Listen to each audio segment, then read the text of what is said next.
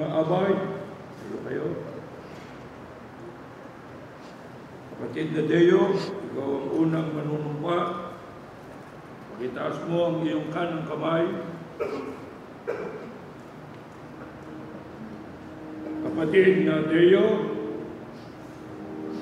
taimtim ka bang sumasang-ayon sa harapan ng Panginoong Diyos at nang naririto'ng mga saksi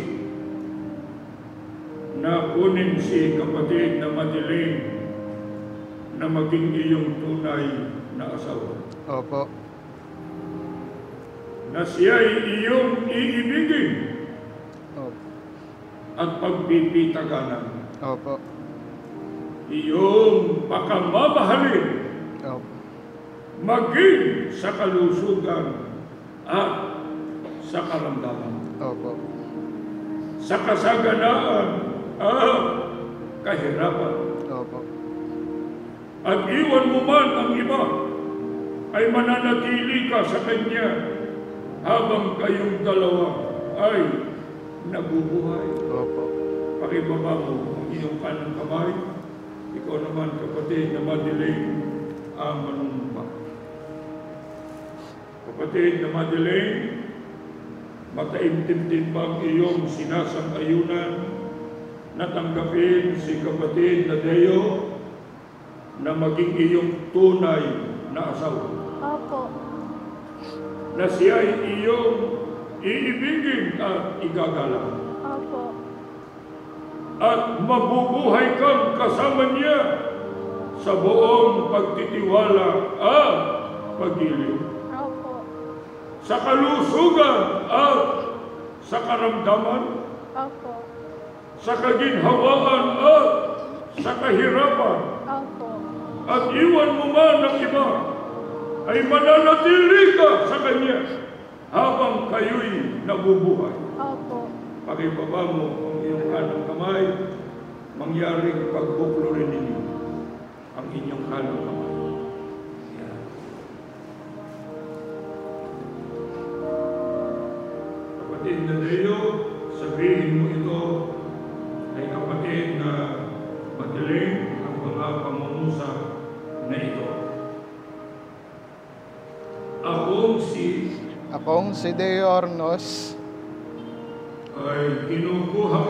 ay kinukuha kita, Madeline Villavicencio, na maging aking tunay na asawa. na magiging aking tunay na asawa, At ako ay nangangako at ako ay nangangako at nakikipagtipan sa iyo at nakikipagtipan sa iyo sa harapan ng Diyos sa harapan ng Diyos at ng ating mga saksi at ng ating mga saksi na sa iyo ako'y magiging mapagmahal na sa iyo ako'y magiging mapagmahal at matapat na asawa at matapat na asawa sa kasaganaan at sa kahirapan, sa kasaganaan at sa kahirapan, sa katuwaan at sa kalungkutan, sa katuwaan at sa kalungkutan, at sa kalusugan at sa karamdaman, sa kalusugan at sa karamdaman, hanggang sa paghiwalayin tayo ng kamatayan. hanggang sa paghiwalayin tayo ng kamatayan. Ito naman ang pagintugon mo, kapatid na Madeline. Pagkitin mo rin ang pangalan niya.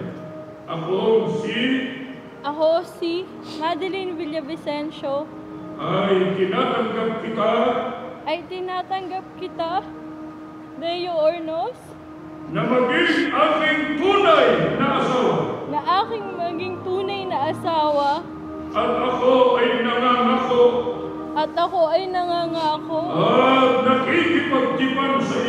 at nakikipagtipan sa iyo sa harapan ng Diyos at ng ating mga saksi at sa ating mga saksi na sa iyo ako'y magiging mapagmahal na ako sa iyo ay magiging mapagmahal at matapat na asawa at matapat na asawa sa kasaganaan at sa kahirapan, sa kasaganaan at sa kahirapan, katuwaan at sa kalungkutan, sa katuwaan at kalungkutan, at sa kalusugan at sa karamdaman, at sa kalusugan at karamdaman, hanggang sa mapaghiwalayin tayo ng kamatayan.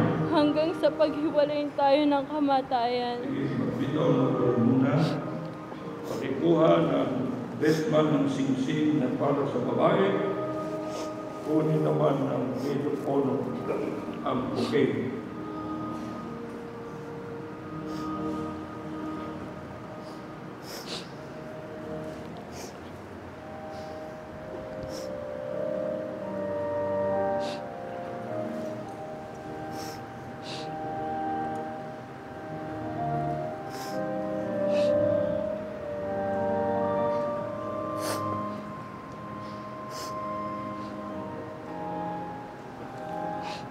Naway ang singsing na ito na isang makabuluhang palatandaan ng pangako ay maging sagisag ng kadalisayan at kawalang katapusan ng inyong pag-ibig.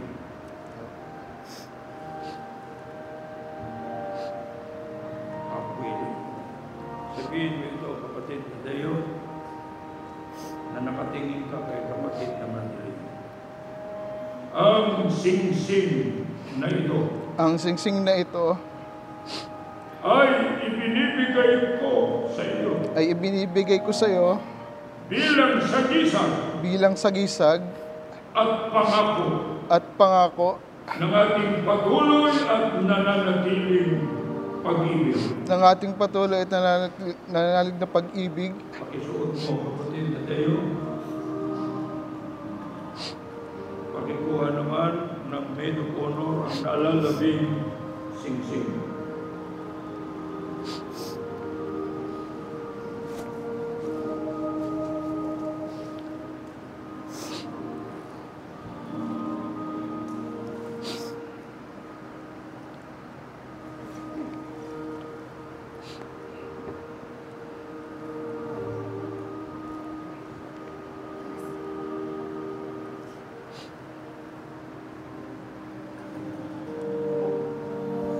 Naway ang singsing na ito na isang makabuluhang palatandaan ng pangako ay maging sagisag ng kadalisayan at kawalang katapusan ng inyong pag-ibig.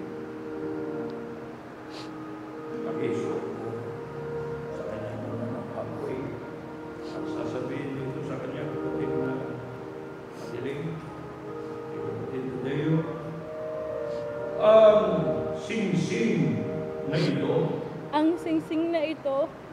ay ibinibigay ko rin sa iyo bilang sagisag at pangako ng ating patuloy at nananatiling pag-ibig.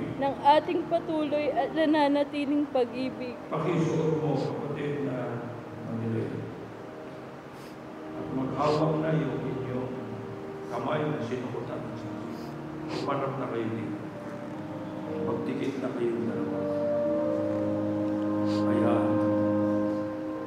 Bayang ang singsing na ito'y maging tatak ng inyong pinagbuklod na kapalaran at ng inyong pagkakasundo, pagsusuyuan, pagmamahalan at katapakan sa isa't isa.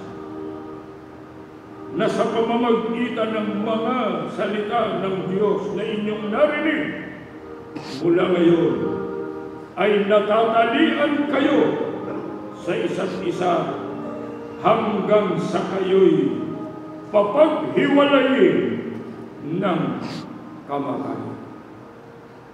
At iayamang tinupad na ninyo ang matapat na pagkakasundo ako sa pamamagitan ng aking karapatan bilang ministro ng Ebanghelyo ay ipinahahayag ko na kayo'y tunay ng mag-asawa ayon sa mga utos ng Diyos at ng mga batas ng ating bansa. Ang pinapagsama nga ng Diyos ay huwag